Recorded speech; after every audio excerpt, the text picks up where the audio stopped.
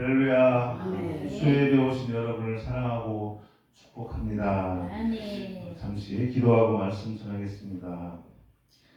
하나님 감사합니다. 오늘 수요예배로 우리가 함께 하나님께 예배드리며 말씀 앞에 나가게 됨을 감사합니다. 아멘. 말씀을 통하여서 하나님을 더욱 알아가고 큰 은혜 받는 시간 되게 하옵소서. 아멘. 부족한 종을 붙들어 주시고 예배를 방해하는 사탄마귀 물리쳐 주시고 성령 충만함으로 말씀 전하게 하옵소서. 아멘. 감사드리며 예수님의 이름으로 기도드립니다. 아멘. 우리는 지난번에는 겸손에 대해서 살펴보았습니다. 오늘은 기쁨에 대해서 한번 살펴보고자 합니다. 여러분, 겸손이 더 어려울까요? 항상 기뻐하는 것이 더 어려울까요? 둘 다 어렵지만 저에게는 항상 기뻐하는 것이 더 어려운 것 같습니다. 어쩌면 성경 말씀에서 가장 지키기 어려운 말씀이 항상 기뻐하라 이 말씀이 아닌가 생각을 합니다. 항상 기뻐하라는 말씀은 올해 저희 가정에게 주신 말씀이기도 합니다. 2024년도 우리 가정에 주신 말씀이 데살로니가전서 5장 16절에서 18절 말씀인데요. 항상 기뻐하라, 쉬지 말고 기도하라, 범사에 감사하라, 이것이 그리스도 예수 안에서 너희를 향하신 하나님의 뜻입니다. 아멘. 저희 부부는 이 말씀을 붙들고 1년간을 기도했습니다. 매일 기도할 때마다 이 말씀을 먼저 읽고 기도했습니다. 1년간 이 말씀을 읽고 기도하면 뭔가 좀 달라질 줄 알았습니다. 그런데 항상 기뻐하지도 못했고 그렇다고 쉬지 않고 기도할 정도도 아니었고 모든 일에 감사하며 사는 것도 아니었습니다. 이만큼 말씀대로 사는 것이 얼마나 어려운가를 느끼게 되었습니다. 저는 이런 생각을 해보았습니다.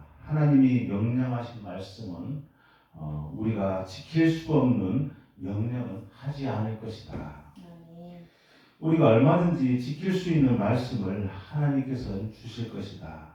하나님께서 우리를 일부러 괴롭히려고 지킬 수 없는 명령을 하지는 않을 것이다 라고 생각했습니다. 그래서 저는 어떻게 하면 항상 기뻐할 수 있을까? 이 문제를 꼭 풀고 넘어가야 되겠다는 생각이 들어서 이것을 주제로 잡았습니다. 그래서 오늘의 주제는 항상 어떻게 기뻐할 수 있을까?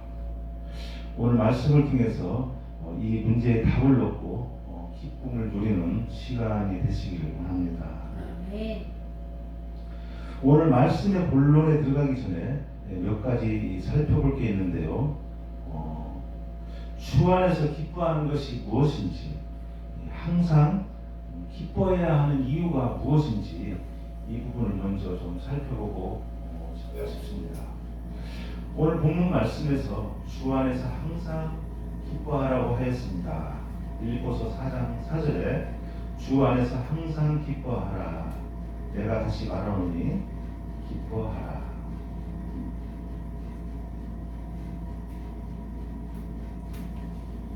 여기서 주 안에서 기뻐한다는 것이 무슨 뜻일까요? 빌립보서는 기쁨의 서신입니다.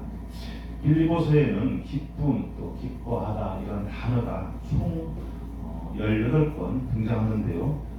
그 중에서 주 안에서 기뻐하라는 말씀이 4번이나 나타납니다. 빌립보서 2장 29절에는 이러므로 너희가 주 안에서 모든 기쁨으로 그를 영접하고 또 이와 같은 자들을 존귀히 여기라. 빌립보서 3장 1절에는 끝으로 나의 형제들아 주 안에서 기뻐하라. 너희에게 같은 말을 쓰는 것이 내게는 수고로움이었고 너희에게는 안전합니다. 빌립보서 4장 4절에 주 안에서 항상 기뻐하라. 내가 다시 말하노니 기뻐하라. 빌립보서 4장 10절에도 내가 주 안에서 크게 기뻐함은 너희가 나를 생각하던 것이 이제 다시 싹이 나니 너희가 또한 이를 위하여 생각은 하였으나 기회가 없었느니라. 여기서 주 안에서 기뻐한다는 것은 기쁨의 원천이 예수 그리스도이심을 말하는 것입니다. 아멘. 주님이 기쁨의 근원이 되는 것입니다. 주님이 기쁨의 중심이 되는 것입니다. 예수 그리스도는 성도들이 어떠한 상황 가운데서도 기뻐할 수 있는 충만한 근거가 됨을 말해주는 것입니다. 두 번째로 우리가 항상 기뻐해야 하는 이유가 무엇일까요? 우리가 항상 기뻐해야 하는 것은 선택이 아니고 필수입니다. 우리가 항상 기뻐해야 하는 이유가 있습니다. 성경에는 우리에게 항상 기뻐해야 할 이유를 분명히 말씀하고 있습니다. 첫 번째 이유는 데살로니가전서 5장 16절 18절 말씀인데요. 항상 기뻐하라, 쉬지 말고 기도하라, 범사에 감사하라. 이것이 그리스도 예수 안에서 너희를 향하신 하나님의 뜻이니라. 우리가 항상 기뻐해야 하는 이유는 그것이 하나님의 뜻이기 때문입니다. 우리가 항상 기뻐해야 하는 것은 하나님이 우리를 지으신 목적입니다. 두 번째 이유는 이사야서 43장 21절 말씀인데요. 이 백성은 내가 나를 위하여 지었나니 나를 찬송하게 하려 함이니라.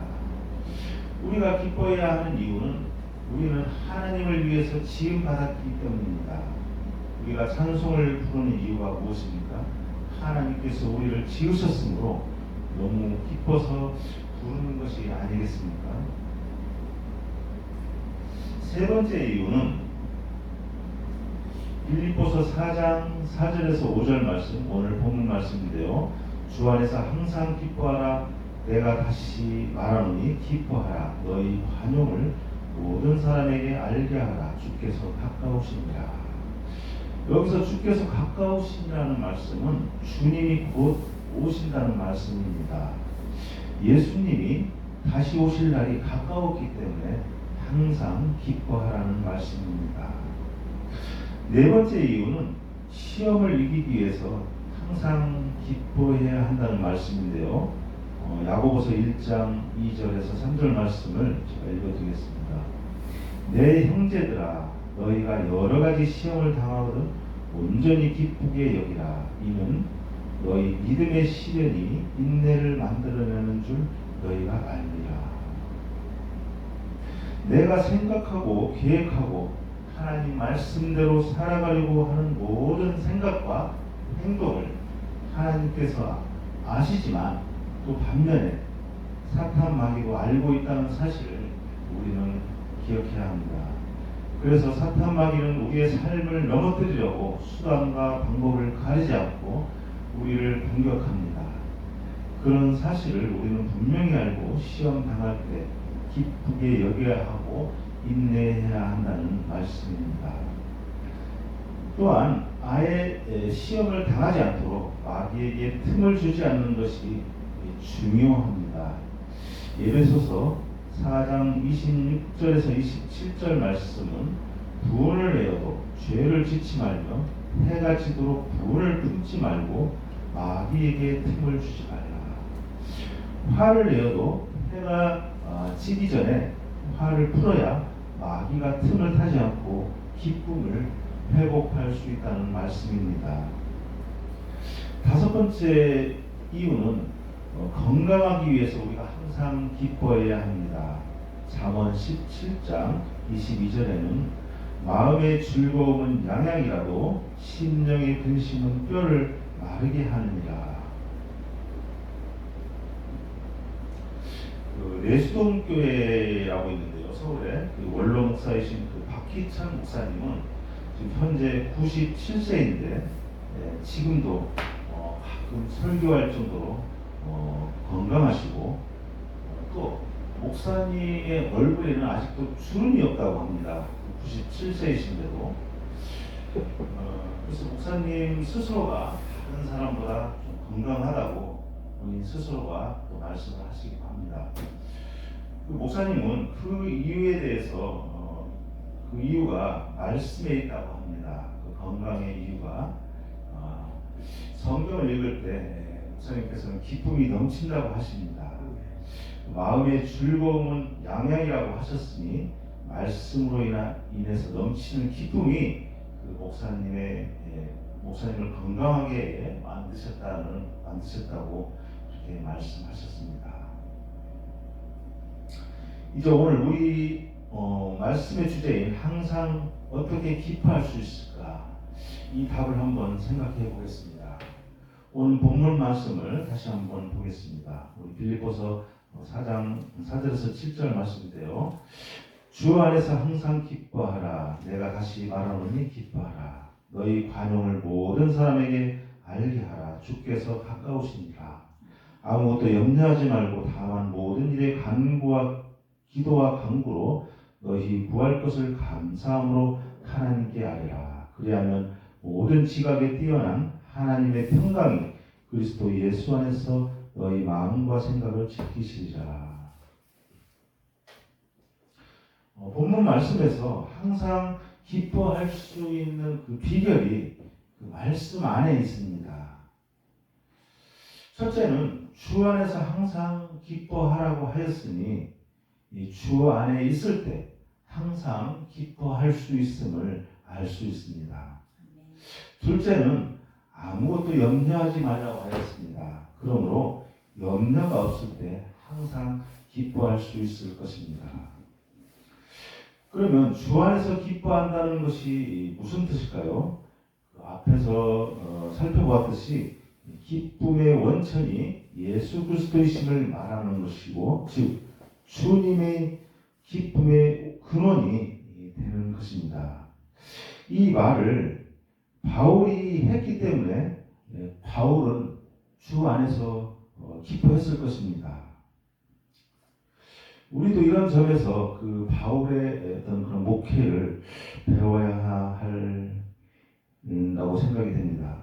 자신이 실천하지 못하고 또 기뻐하라, 감사해라 이렇게 설교만 하는 것은 굉장히 위험한 도박이라는 생각이 듭니다. 물론 바울도 완벽하지는 못했을 것입니다. 그래서 바울은 날마다 죽노라 이렇게 말하였고 또 육체의 가시를 주셨다고 하셨습니다. 바울이 주 안에서 기뻐한 것이 무엇인지 그 바울의 형편을 살펴보면 무슨 뜻인지 알 수 있을 것입니다. 바울이 항상 어떻게 기뻐할 수 있었을까? 우리 로마서 5장 3절을 한번 찾아보겠습니다. 로마서 5장 3절.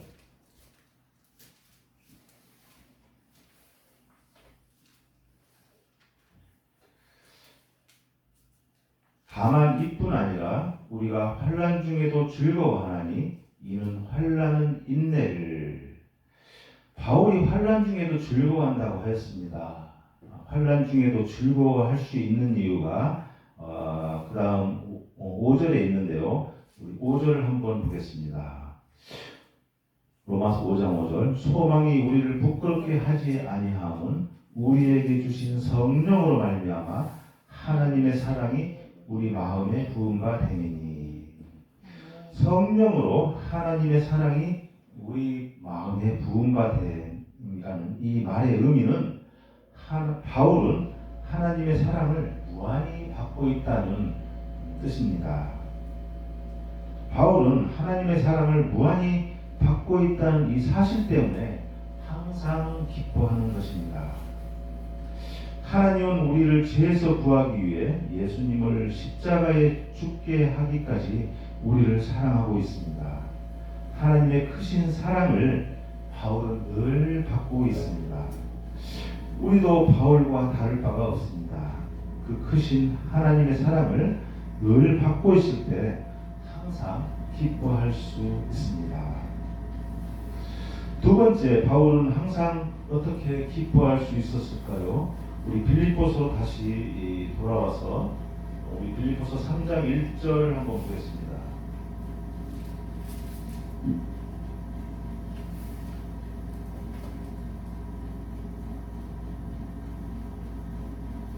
빌립보서 3장 1절. 끝으로 나의 형제들아 주 안에서 기뻐하라. 너희에게 같은 말을 쓰는 것이 너희에게는 수고로움이 없고 너희에게는 안전하니라. 주 안에서 기뻐하라고 하였습니다. 바울이 주 안에서 기뻐할 수 있는 이유를 빌립보서 3장 8절에서 말하고 있습니다. 우리 빌립보서 3장 7절부터 한번 8절까지 읽어보겠습니다. 그러나 무엇이든지 내게 유익하던 것을 내가 그리스도를 위하여 다 해로 여길 뿐더러 또한 모든 것을 해로 여기는 내 주 그리스도 예수를 아는 지식이 가장 고상하기 때문이다.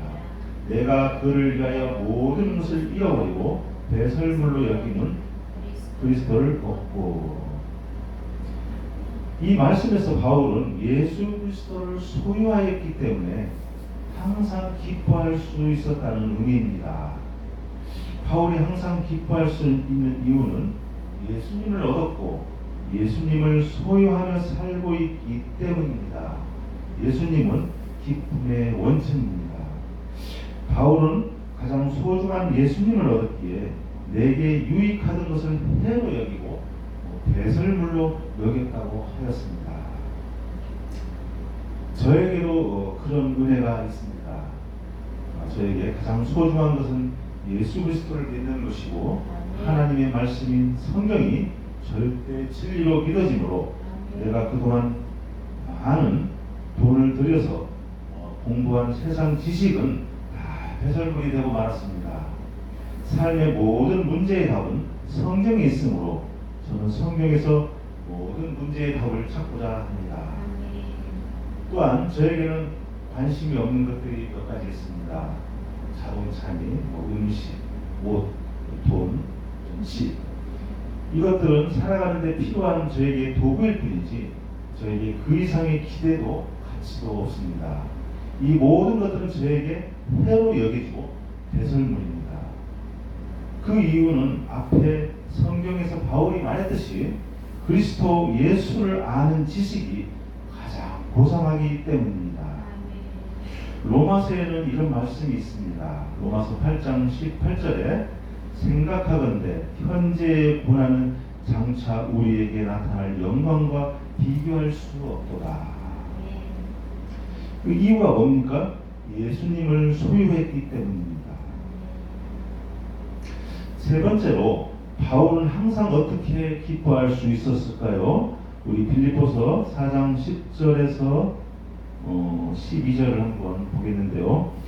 4장 10절 내가 주 안에서 크게 기뻐하는 너희가 나를 생각하는 것이 이제 다시 싹이 나니 너희가 또한 이를 위하여 생각은 하였으나 기회가 없었느니라. 네. 주 안에서 크게 여기서 기뻐함은 이 답이 11절에 있습니다. 11절을 한번 읽겠습니다. 내가 궁핍함으로 말하는 것이 아니라 어떠한 형편에서든지 나는 자족하기를 배웠노라. 자족하기를 배웠기 때문입니다. 바울이 항상 기뻐할 수 있었던 이유는 자족하기를 배웠기 때문입니다. 10절 한번 읽어보겠습니다. 나는 비천에 처할 줄도 알고 풍부에 처할 줄도 알아 모든 일 곧 배부름과 풍부와 궁핍해도 처할 줄 아는 일체의 비결을 배웠노라. 비천할 때, 풍부할 때, 궁핍할 때 자족하기를 배웠기 때문에 바울은 항상 기뻐할 수 있었습니다. 바울은 현재 감옥에 있는 상태입니다. 바울은 자기가 당하는 모든 형편을 하나님이 주신 것으로 선한 것으로 받아들이고 기뻐할 수 있었습니다. 마지막 네 번째로 바울은 항상 어떻게 기뻐할 수 있었을까요? 이 빌립보서 1장으로 한번 넘어가 보겠습니다. 1장 18절 말씀.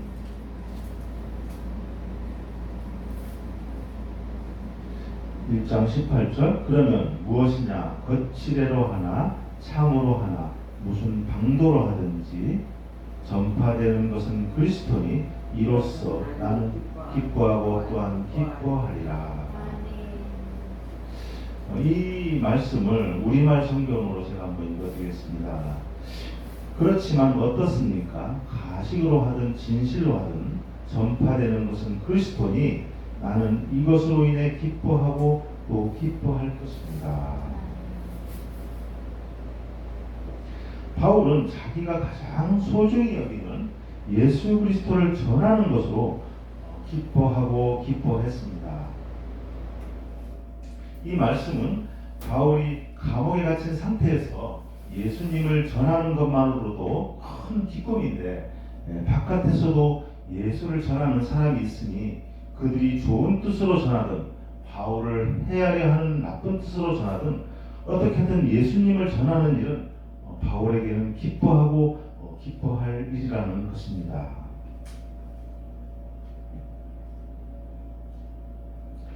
지금까지 바울이 주 안에서 기뻐하는 것이 무엇인지 주 안에서 항상 기뻐할 수 있는 방법을 살펴보았습니다. 다시 본문 빌립보서 4장 4절과 6절을 한번 보겠습니다. 주 안에서 항상 기뻐하라. 내가 다시 말하노니 기뻐하라. 6절 아무것도 염려하지 말고 다만 모든 일에 기도와 간구로 너희 구할 것을 감사함으로 하나님께 아뢰라. 항상 기뻐하기 위해서는 아무것도 염려하지 말아야 합니다. 염려가 있을 때 항상 기뻐할 수 없습니다. 염려는 기쁨을 앗아가는 최악의 적입니다. 하나님은 우리의 염려를 다 주께 맡기라고 하셨습니다. 베드로전서 5장 7절에 너희 염려를 다 주께 맡기라. 이는 그가 너희를 돌보시니라. 하나님은 우리에게 근심을 주지 않는다고 하셨습니다. 잠언 10장 22절에서는 여호와께서 주시는 복은 사람을 부하게 하고 근심을 겸하여 주지 아니하시니라. 이렇게 말씀하셨습니다. 이와 같이 우리가 항상 기뻐할 수 있는 방법은 바울이 항상 기뻐할 수 있었던 그런 면을 살펴봄으로써 알 수 있었습니다. 우리는 항상 기뻐하며 살기를 원합니다. 하나님도 우리가 항상 기뻐하며 살기를 원하십니다. 그것이 하나님의 뜻이라고 하였습니다. 기뻐하는 것은 의지입니다. 노력입니다. 저절로 기쁨이 오지 않습니다. 우리가 기뻐하기 위해서 바울이 갖는 기쁨을 우리도 동일하게 누려야 하지만 현실적으로 나의 기쁨을 빼앗아가는 그런 적을 한번 찾아보아야 합니다. 우리의 기쁨을 빼앗아가는 적이 무엇이 있을까요? 저의 경우를 한번 말씀드리겠습니다. 저에게는 염려가 많습니다. 그래서 항상 염려를 버려야 한다고 생각합니다. 성경에도 아까 말씀드렸듯이 베드로전서 5장 7절에 너희 염려를 다 주께 맡기라. 이는 그가 너희를 돌보시니라.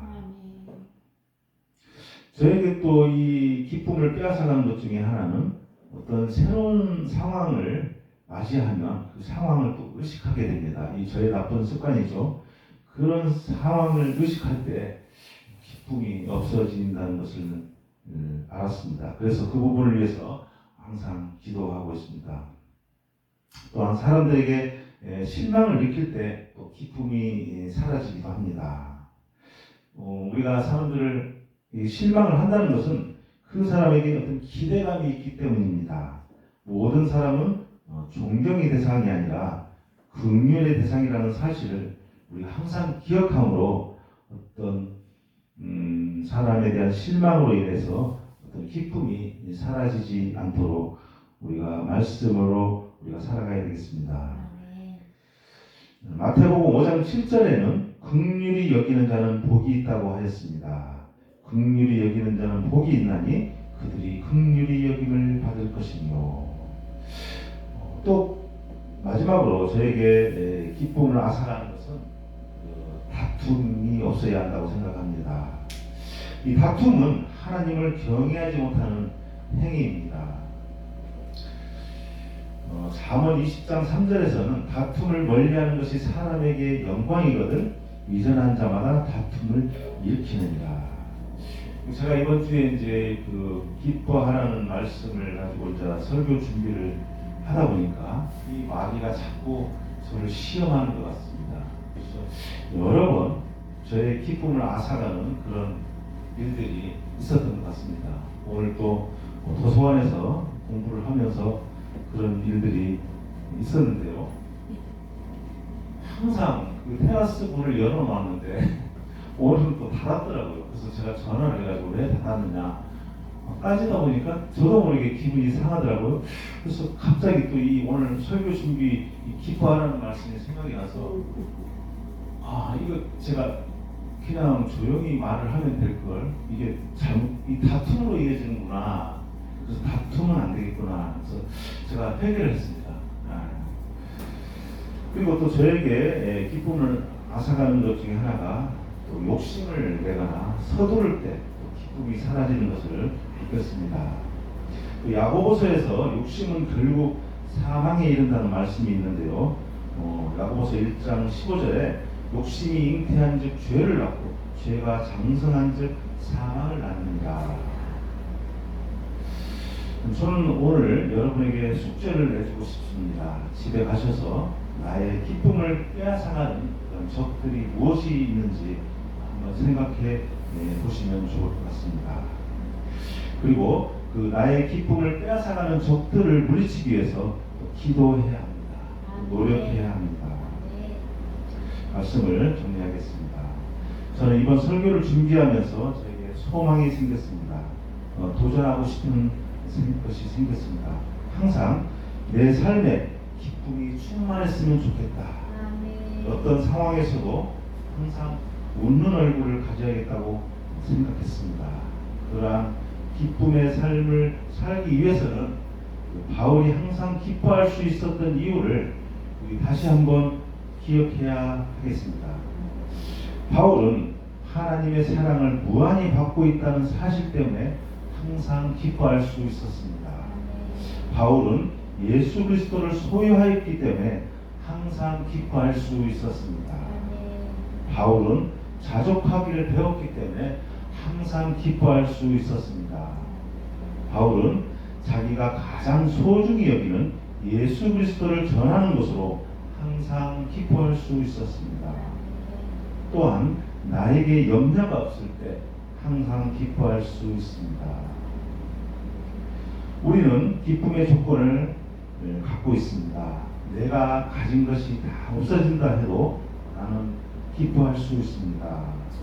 내가 그토록 소중히 여기던 책이나 물건들이 없어진다 해도 나는 기뻐할 수 있습니다.